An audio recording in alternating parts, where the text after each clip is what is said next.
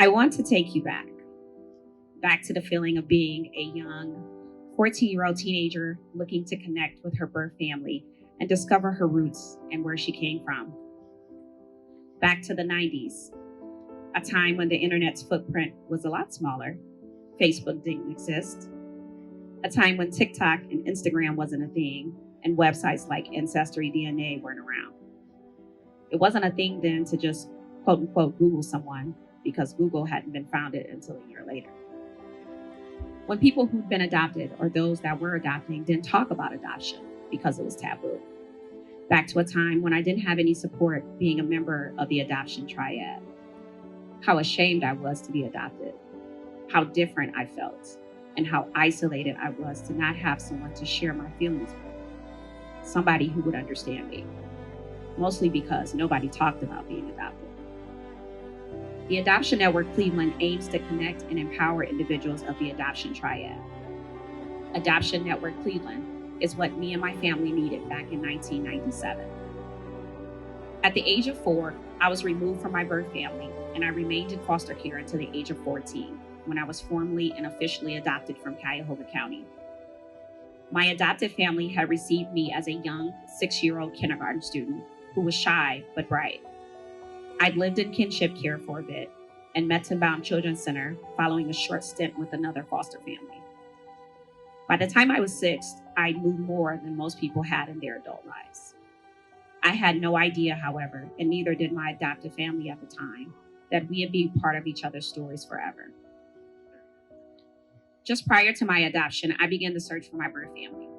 I searched the white pages that had been delivered yearly to my home and alphabetically began calling everyone with the last name of Lee, which was the last name given to me at birth.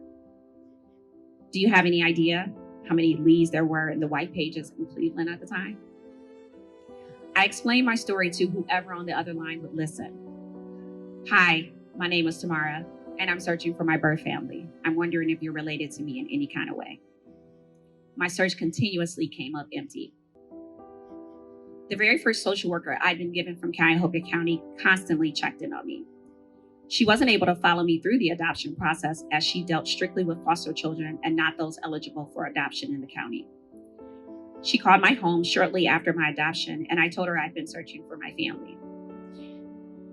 Unknown to me, she kept my sibling's grandmother's phone number and she gave it to me.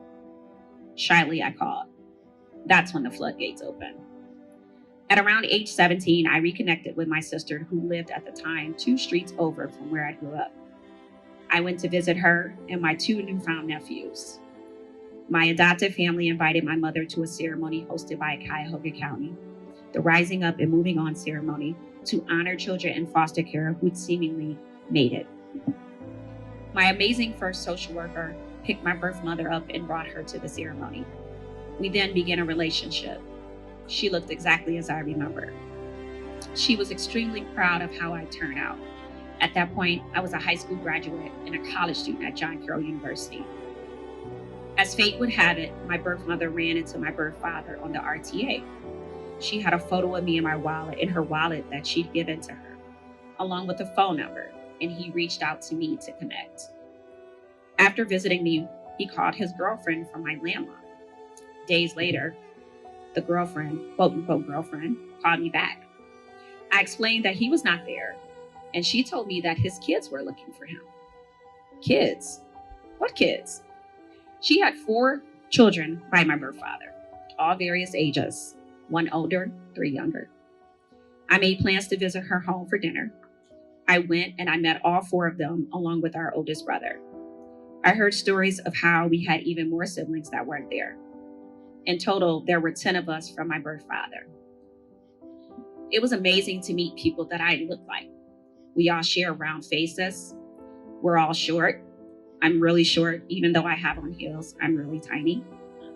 And almost all of us have this weird bunion on our left foot. Please don't ask me to show you my bunion after this. In 2005, I lost my adopted mother to cancer. Because of the relationship that I'd formed with my birth mother, she showed up to assist my adopted father after my mother's death. She cleaned for him. She cooked for him. She did laundry for him. Ultimately, my adoptive dad passed away in May of 2007.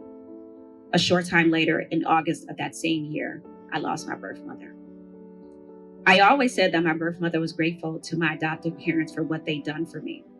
And to show her gratitude, she stepped in for my adoptive mother to care for my adoptive father in his time of need.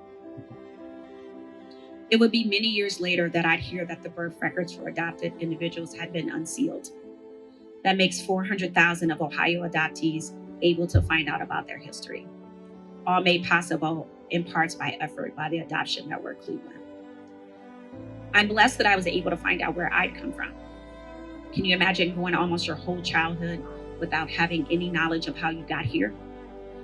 Imagine the sheer emotion of not having anyone understand your need to know that information. Not because my adoptive parents weren't amazing, because they most certainly were, but they didn't understand my why of needing to know my history and my background. Imagine if my family had been connected to the Adoption Network Cleveland much sooner. My birth mother could have received services that would have helped to heal her. My adoptive family being able to receive counseling with other adopting parents that would help them further understand my thoughts and how to navigate our newfound family.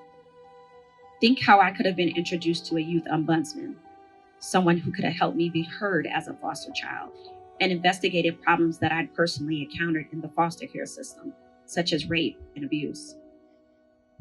The Adoption Network Cleveland joined the efforts of foster youth and foster alumni to support passing the law to allow this needed resources with the first ombudsman in May 2022, 35 years after I entered the foster care system. I met Betsy through a position I had last year. She invited me to learn about the organization and to become a member of the board of directors. Who would have thought that one day I'd be a member of this organization with the ability to impart change to those who run through journeys that are similar to mine? Imagine if I'd been able to connect with the Adoption Network Cleveland much sooner. After speaking with her, I ordered my birth certificate from the state of Ohio. I was unable to find any groundbreaking information, just where I was born and the evidence that the people that I'd met in my journey were truly my real parents. The support offered to individuals just like me is just what this organization aims to do. Peer support, setting realistic expectations surrounding searching for your birth family, handling the search in a way that is sensitive to all parties involved. That's Adoption Network Cleveland. How wonderful is it that all these years later, a 14-year-old adoptee from East Cleveland gets to be involved in an organization like this? An organization that became the lead organization of Adopt Cuyahoga Kids initiatives, which centers around best practices surrounding recruitment of families for youth and otherwise lingering in foster care with no family to adopt them. Perhaps this wouldn't have taken me so long to be adopted in the first place.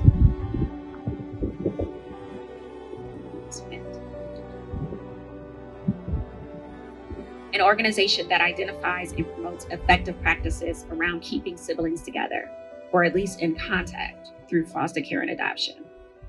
Perhaps I would have been able to form a relationship with my sister that legit lived 2 streets over from me.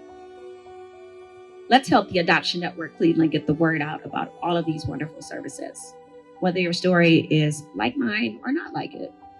The Adoption Network Cleveland supports and gives voice to those who need it. It can connect us to our past and do it in a meaningful and a delicate way. Whether it's the opportunity to discuss and bounce ideas off of, or share your story with someone that may be going through the same things that you're going through. The Adoption Network has serviced over 368 individuals, adoptees, birth parents, siblings, and people with DNA discoveries so far through August of this year alone. Let's help Adoption Network Cleveland for families just like mine. Thank you.